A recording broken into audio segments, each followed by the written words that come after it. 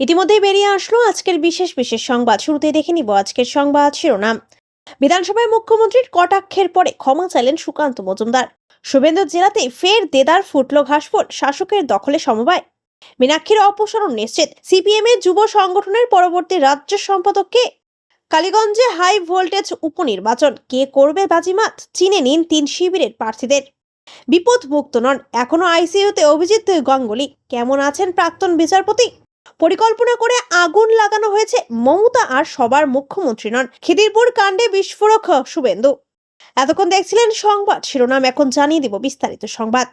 মহেশতলায় শিখ police অফিসারকে হাওয়াই চটির cutout ছোড়ার ঘটনায় সুকান্ত মজুমদারকে কটাক্ষ করেছিলেন মুখ্যমন্ত্রী। তারপরে ক্ষমা চাইলেন বিজেপির রাজ্য সভাপতি সুকান্ত মজুমদার। প্রথমে তিনি বলেছিলেন কাটআউটটি ফেলতে গিয়ে সেটি ওই পুলিশ আধিকারিকের মাথায় লেগেছে, কিন্তু ওই নিয়ে জোর রাজনৈতিক চর্চা শুরু হলে ক্ষমা চাইতে বাধ্য হলেন সুকান্ত মজুমদার। মঙ্গলবার একটি সোশ্যাল মিডিয়ায় পোস্টে তিনি লিখেছেন, অনিচ্ছাকৃত ঘটনায় যদি কোনো শিখ ভাই বা বোনের ধর্মীয় অনুভূতিতে আঘাত লেগে থাকে তবে আমি ভিন্নভাবে তাদের কাছে আন্তরিক ক্ষমা প্রার্থনা করছি। বিষয়টি নিয়ে সোমবার বিধানসভায় সুকান্তকে কটাক্ষ করেছিলেন মুখ্যমন্ত্রী মমতা বন্দ্যোপাধ্যায়। বিধানসভায় সুকান্ত মজুমদারকে সোমবার নিশানা করেছেন মুখ্যমন্ত্রী মমতা বন্দ্যোপাধ্যায়। বলেছেন, হাওয়াই চটি এত পছন্দ হলে হাওয়াই চটির দোকান খুলুন। সুকান্ত মজুমদারকে হাফ মিনিস্টার বলেও কটাক্ষ করেছে তিনি। তার কারণ, সুকান্ত মজুমদার বিজেপির রাজ্য সভাপতির পাশাপাশি কেন্দ্রীয় শিক্ষা প্রতিমন্ত্রীও। মুখ্যমন্ত্রী বলেছেন, একজন হাফ মিনিস্টার পাড়ার মোড়ে গিয়ে পাঞ্জাবি অফিসারের মাথা লক্ষ্য করে জুতোর কাট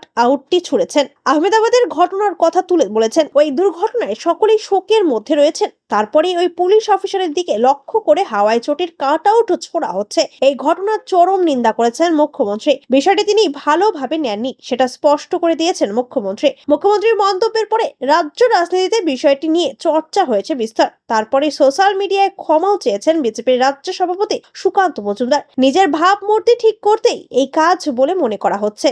আসছি পরবর্তী সংবাদে।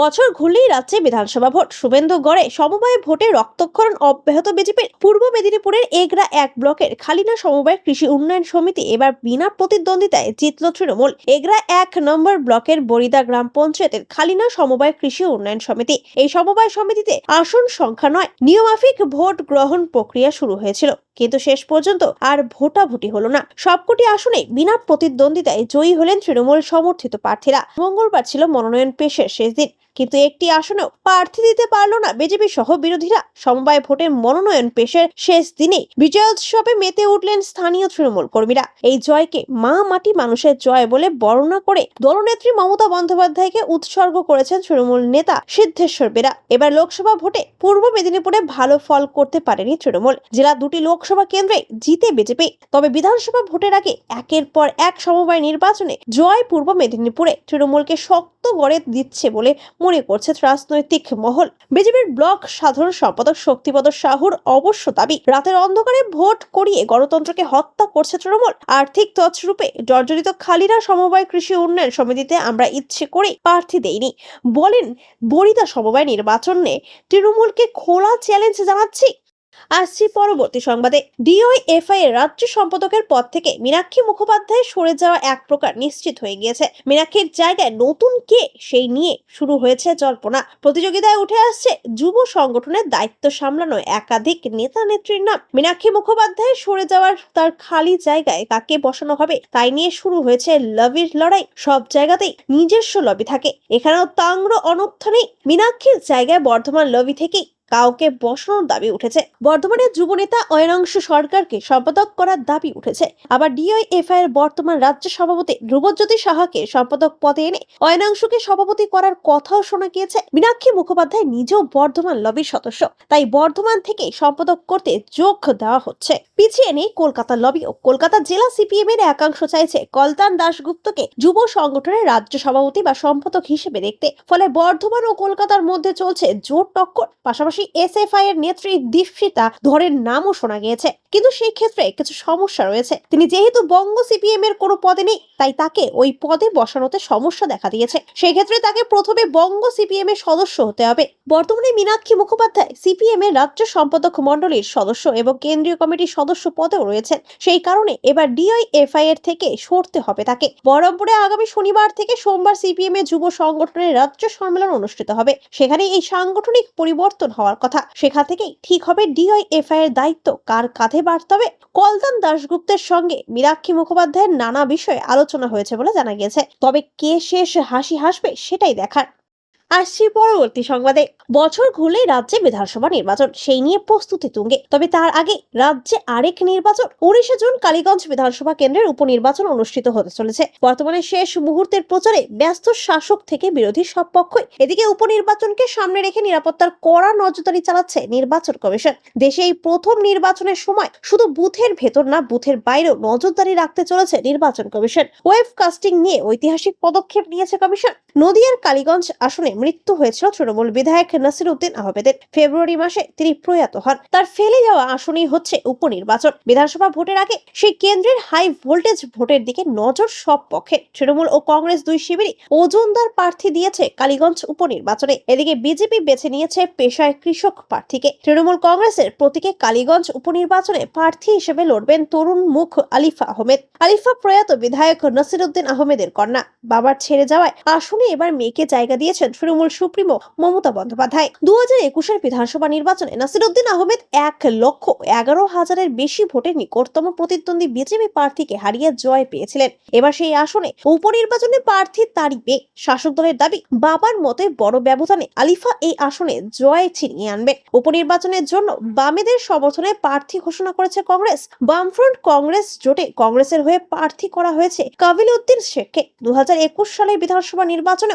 কাবিল উদ্দিন শেখই হাত শিবিরের প্রার্থী ছিলেন। লিখিত শর্তের ভিত্তিতে উপনির্বাচনে কালীগঞ্জ আসনটি কংগ্রেসকে আরএসপি ছেড়ে দিয়েছে। উল্লেখ্য, 1977 থেকে 2011 সাল পর্যন্ত কালীগঞ্জে আরএসপি লড়াই করত। এরপর 2016 এবং 2021 পরপর বামেদের সমর্থনে কংগ্রেস প্রার্থী লড়েন। 2016 সালে বাম সমর্থনে দাঁড়ানো কংগ্রেস প্রার্থী জয়ী হন। এবারও সেই জোটেই ভরসা তাদের। আর এই আসনে এবারে বিজেপির বাজি পেশায় কৃষক আশিস ঘোষ। বহুদিন যাবৎ বিজেপির সঙ্গে যুক্ত আশিস পূর্বে কিষাণ মোর্চার ব্লক সভাপতিও ছিলেন। বিশেষজ্ঞদের দাবি, হিন্দু ভোটকে নজরে রেখে কালীগঞ্জে প্রার্থী দিয়েছে গেরুয়া শিবির। স্থানীয় দেবগ্রাম পঞ্চায়েতে 4 বারের বিজেপি সদস্য আশিস। তার স্ত্রী ও এই পঞ্চায়েতের সদস্য ছিলেন। সব মিলিয়ে 3 শিবিরের মধ্যে হাড্ডাহাড্ডি লড়াই হতে চলেছে বলে মত অভিজ্ঞ মহলের। উল্লেখ্য, নদিয়ার কালীগঞ্জ বিধানসভা কেন্দ্রে উপনির্বাচন অনুষ্ঠিত হবে 19 জুন। ভোট গণনা হবে 23 জুন। আসছি পরবর্তী সংবাদে। গত শনিবার রাতে গুরুতর অসুস্থ অবস্থায় কলকাতার একটি হাসপাতালে ভর্তি হন অভিজিৎ গঙ্গোপাধ্যায়। এরপর দেখতে দেখতে কেটে গিয়েছে প্রায় 3 দিন। তমলুকের বিজেপির সাংসদকে দেখতে হাসপাতালে গিয়েছেন বিজেপির রাজ্য সভাপতি সুকান্ত মজুমদার, রাজ্যের বিরোধী দলনেতা শুভেন্দু অধিকারী। ইতিমধ্যেই সামনে এসেছে সেই ছবি। এই অবস্থায় অনেকেরই প্রশ্ন, এখন কেমন আছেন কলকাতা হাইকোর্টের প্রাক্তন বিচারপতি? এবার জানা গেল সেই আপডেট। আগেই জানা গিয়েছিল গ্যাস্ট্রোইন্টেনশিয়াল সেপসিসে ভুগছেন তমলুকের এমপি। এখনো আইসিইউ রয়েছে তিনি। মঙ্গলবার হাসপাতালের তরফ থেকে জানানো হয়, অভিজিতের শারীরিক অবস্থার নতুন করে কোনো অবনতি হয়নি, তা একই রয়েছে। কার্ডিওগ্রাফি, সিটি স্ক্যান সহ বেশ কিছু শারীরিক পরীক্ষা করা হয়েছে প্রাক্তন বিচারপতি। তিনি যে রোগে আক্রান্ত তাতে মূলত দীর্ঘ চিকিৎসার প্রয়োজন হয়। অভিজিতের ক্ষেত্রে তেমনটাই হবে। আপাতত হাসপাতালে চিকিৎসাধীন থাকবেন তিনি। সোমবারই বিজেপি সাংসদকে দেখতে হাসপাতালে হাজির হয়েছিলেন পদ্ম ব্রিগেডের রাজ্য সভাপতি তথা বালুরঘাটের সাংসদ সুকান্ত মজুমদার। মঙ্গলবার হাসপাতালে যান রাজ্যের বিরোধী দলনেতা তথা নন্দীগ্রামের বিধায়ক শুভেন্দু অধিকারী। হাসপাতাল থেকে বেরিয়ে বিজেপি বিধায়ক বলেন, অভিজিৎ বাবু আমাদের সঙ্গে ভালো কথা বলেন, চিকিৎসা ভালোই চলছে। উনি নিজেই জানালেন এখন অনেকটা সুস্থ আছেন, তবে কিছু অসুবিধা তো আছে। বিরোধী দলনেতা জানান, প্রধানমন্ত্রী নরেন্দ্র মোদীর দপ্তর থেকে অভিজিতের খোঁজ খবর নেওয়া হয়েছে। লোকসভার অধ্যক্ষ ওম বিড়লা বিজেপি সাংসদের ভাইপোর সঙ্গে কথা বলেছেন। উল্লেখ্য, 24 লোকসভা ভোটের আগে রাজনীতির দুনিয়ার নাম লেখান কলকাতা হাইকোর্টের প্রাক্তন বিচারপতি অভিজিৎ গঙ্গোপাধ্যায়। বর্তমানে তিনি তমলুকের সাংসদ। সম্প্রতি হাসপাতালের বিছানায় শুয়ে প্রাক্তন জাস্টিসের ছবি সামনে এসেছে। সেখানে দেখা যাচ্ছে নাকে নল ঢোকানো, চেহারাও খারাপ হয়ে গিয়েছে। সংকট না কাটলেও বিজেপি সাংসদ স্থিতিশীল রয়েছেন বলেই জানিয়েছে হাসপাতাল কর্তৃপক্ষ।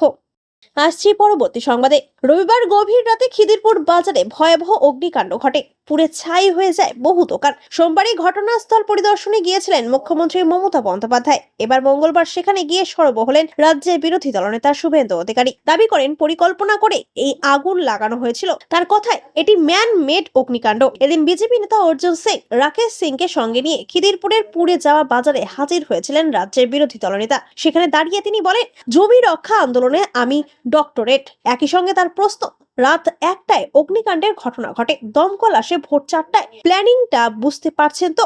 গতকাল ঘটনাস্থলে গিয়ে মুখ্যমন্ত্রী বলেছিলেন সেখানকার ব্যবসায়ীদের জন্য দ্রুত অস্থায়ী বাজার তৈরি করে দেওয়া হবে।